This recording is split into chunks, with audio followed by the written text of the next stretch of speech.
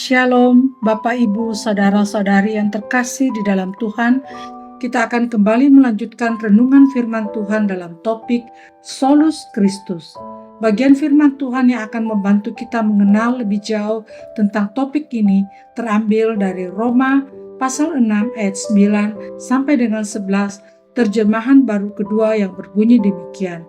Sebab kita tahu bahwa sesudah dibangkitkan dari antara orang mati, Kristus tidak mati lagi. Maut tidak berkuasa lagi atas dia, sebab ia mati, yakni mati terhadap dosa satu kali untuk selama-lamanya. Namun ia hidup bagi Allah. Demikian hendaknya kamu memandangnya, bahwa kamu telah mati terhadap dosa, tetapi kamu hidup bagi Allah dalam Kristus Yesus. Bapak, Ibu, Saudara-saudari yang terkasih dalam Tuhan, bagian firman Tuhan pada hari ini adalah salah satu inti ajaran Paulus tentang persatuan dengan Kristus yang merupakan dasar dari proses pengudusan. Karena Kristus telah bangkit dan mengalahkan maut, kita yang bersatu dengannya melalui iman dan sekarang telah bebas dari perbudakan dosa dan diutus untuk menjalani hidup yang baru, hidup yang kudus yang hanya ditujukan untuk Allah. Ini adalah dasar teologis bagi pengudusan kita yang sejati. Oleh sebab itu, sebagai orang-orang yang menjalani proses pengudusan, kita dipanggil untuk berjuang melawan dosa atau mati bagi dosa. Kita tidak perlu lagi tunduk pada dosa, karena kita melalui karya Kristus, secara rohani kita sudah mati terhadap kuasa dosa dan maut. Jadi daripada berkata, saya tidak bisa berhenti melakukan dosa ini, nyatakan, saya telah mati bagi dosa. Kuasa dosa telah dipatahkan oleh Kristus dan saya tidak harus menaatinya lagi.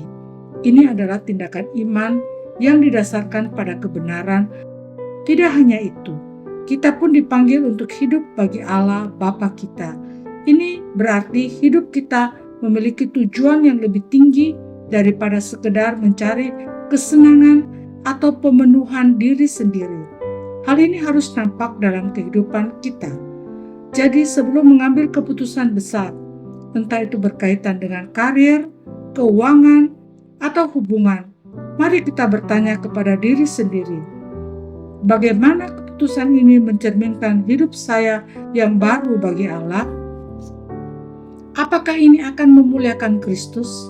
Hal ini mengubah motivasi kita dari egois menjadi teosentris atau berpusat pada Allah. Dan yang terakhir, kita mengalami pembaharuan pikiran di dalam terang firman Tuhan. Ayat 11 memerintahkan kita untuk memandang diri kita dalam terang kebenaran ini. Mungkin secara sederhana, hal yang dapat kita lakukan adalah ketika kita merasa bersalah atas dosa masa lalu.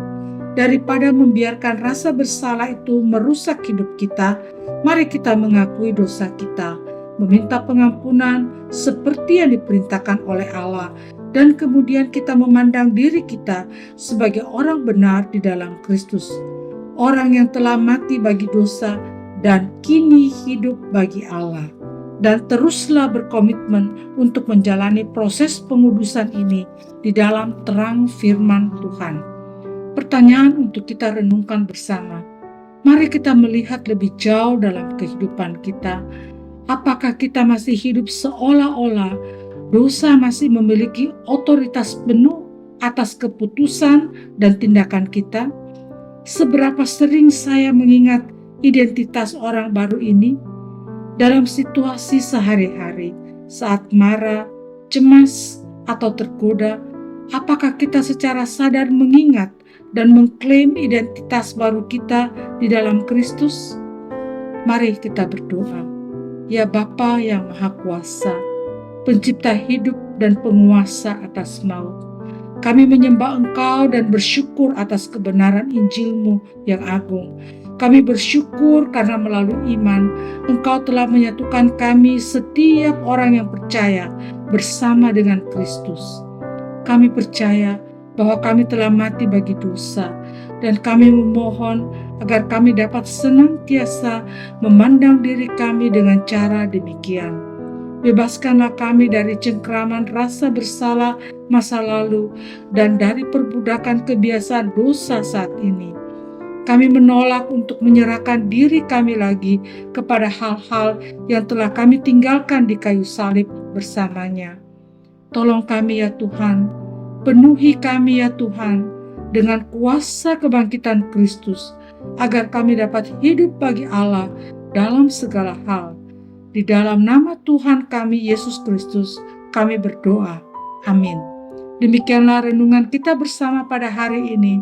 Kiranya kita boleh terus bertumbuh setiap hari di dalam Tuhan. Amin.